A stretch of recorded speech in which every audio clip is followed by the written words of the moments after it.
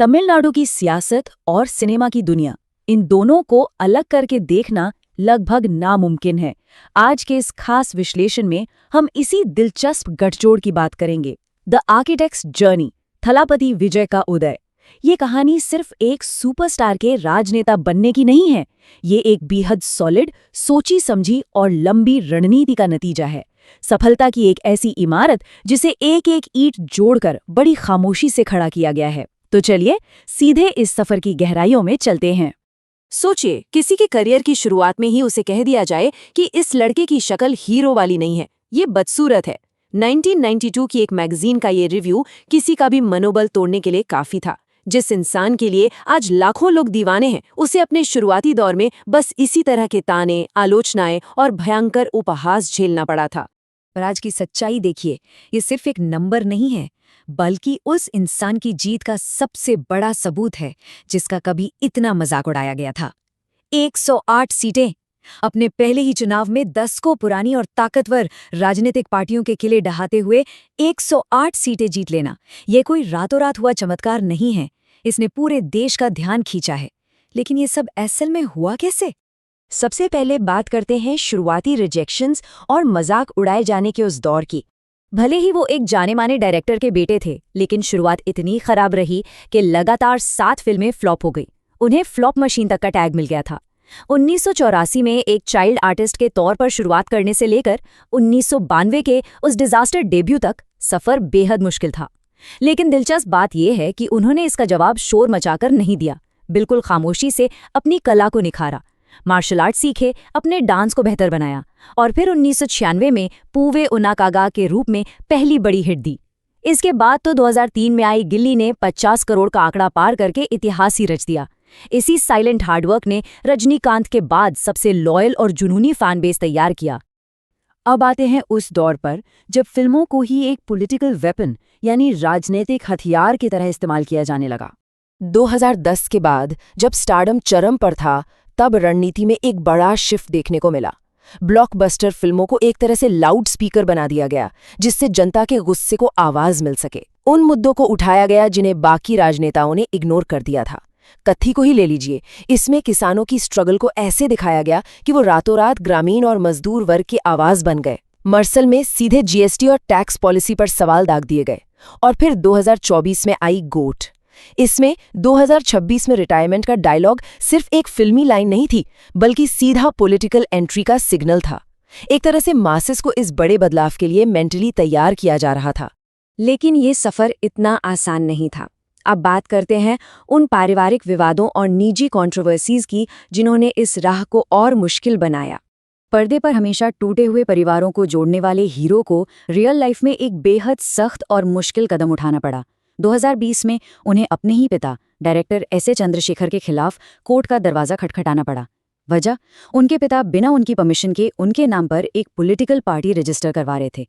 ये एक बहुत बड़ा और बोल्ड स्टेप था, जिसने एक सख्त एंटी नेपोटिज्म स्टैंड क्लियर कर दिया कि परिवारवाद के लिए कोई जगह नहीं है। पॉलिटिकल कैंपेन के बीच में कई पर्सनल तूफान भी आए। फरवरी 2026 में पत्नी संगीता ने मेंटल हैरासमेंट और बच्चों की कस्टडी का हवाला देते हुए तलाक की अर्जी डाल दी। परिवार में दूरियां इतनी बढ़ गईं कि बेटे जेसन संजय ने पब्लिकली सोशल मीडिया पर उन्हें अनफॉलो कर दिया। इसके अलावा 2023 में लियो फिल्म में साथ काम करने के बाद को स्टार त्रिशा के साथ रिश्ते को लेकर खूब अनकन्फर्म्ड अफवाहें उड़ी। राइवल्स ने इसे एक पॉलिटिकल हथियार की तरह इस्तेमाल किया और त्रिशा के कैरेक्टर पर भी हमले किए। लेकिन इन सब के बावजूद दोनों ने जो एक चीज मेंटेन रखी, वो थी बिल्कुल रणनीतिक खामोशी। कोई बयानबाजी नहीं हुई। पर्सनल लाइफ के हमलों के बाद नंबर आया धार्मिक राजनीति का। विरोधियों ने उनका जन्म का नाम जोसेफ विजय उछालकर पोलराइजेशन की पूरी कोशिश की। उन्हें बहुसंख्यक जनता से अलग करने का नैरेटिव सेट किया गया। लेकिन इसे टैकल करने का तरीका देखिए। उन्होंने बिना किसी शोर शराबे के मंदिरों और मस्जिदों के दर्शन किए और ये क्लियर मैसेज दिया कि वो सबसे पहले तमिल हैं। इस एक मूव ने रिलीजियस पोलराइजेशन के पूरे दांव को उल्टा कर दिया। चलिए अब इस पूरे खेल के उस सीक्रेट मास्टर प्लान को डिकोड करते हैं जो पिछले 1 दशक से चल रहा था। ये 108 सीटों वाली चुनावी जीत कोई रातों रात हुआ करिश्मा बिल्कुल नहीं है। असल में 2013 में थलाइवा की रिलीज के टाइम ही तत्कालीन मुख्यमंत्री जयललिता जी ने इनके पॉलिटिकल एम्बिशंस को भांप लिया था और तभी से अड़चनें शुरू हो गई थीं। बस वहीं से पूरा नेटवर्क अंडरग्राउंड हो गया। पहले बड़े लेवल पे ग्रासरूट फैन क्लब्स बनाए गए, फिर चुपचाप इन क्लब्स को एनजीओ में बदला गया जो बिना किसी शोर के लाइब्रेरी और क्लिनिक चलाते थे। इसके बाद एक भारी भरकम यूथ डिजिटल आर्मी खड़ी की गई अपनी आइडियोलॉजी फैलाने के लिए, और फिर सही वक्त का इंतजार किया गया। जयललिता जी के जाने के बाद जो पॉलिटिकल वैक्यूम क्रिएट हुआ, उसी में ये स्ट्राइक किया गया। ये सब महज हवाई बातें नहीं थीं।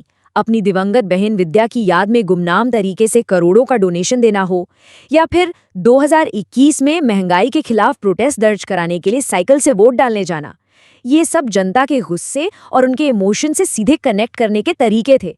ग्राउंड लेवल कनेक्शन का इससे बड़ा सबूत क्या होगा कि उनके पर्सनल ड्राइवर का बेटा तक उनकी पार्टी के टिकट पर चुनाव लड़कर एमएलए बन गया। इस सिंप्लिसिटी और वर्किंग क्लास को एम्पावर करने की सोच ने उन्हें सिर्फ एक एक्टर नहीं बल्कि जनता का एक रक्षक बना दिया। और अब आते हैं सबसे बड़े और मौजूदा सस्पेंस पर, सीएम 2026 की इलेक्शन मिस्ट्री। आज हालत यह है कि तमिलनाडु की राजनीति में भूचाल आया हुआ है। कट्टर विरोधी डीएमके और एआईएडीएमके तक इस आंधी को रोकने के लिए साथ आने पर विचार कर रहे हैं। फिलहाल पार्टी 108 सीटों पर मजबूती से खड़ी है, लेकिन सरकार बनाने की ये आखिरी रुकावट है। जादुई आंकड़ा है 118, यानी 118 विधायकों के साइन चाहिए ताकि गवर्नर का बुलावा आ सके। राजभवन के गलियारों में इस वक्त गजब का सस्पेंस है कि क्या फ्लो टेस्ट की नौबत आएगी या सरकार यूं ही बन जाएगी। इस खास विश्लेषण को खत्म करने से पहले जरा इस पुरानी कार के लाइसेंस प्लेट के बारे में सोचते हैं। इस पर लिखा है TA7CM 2026।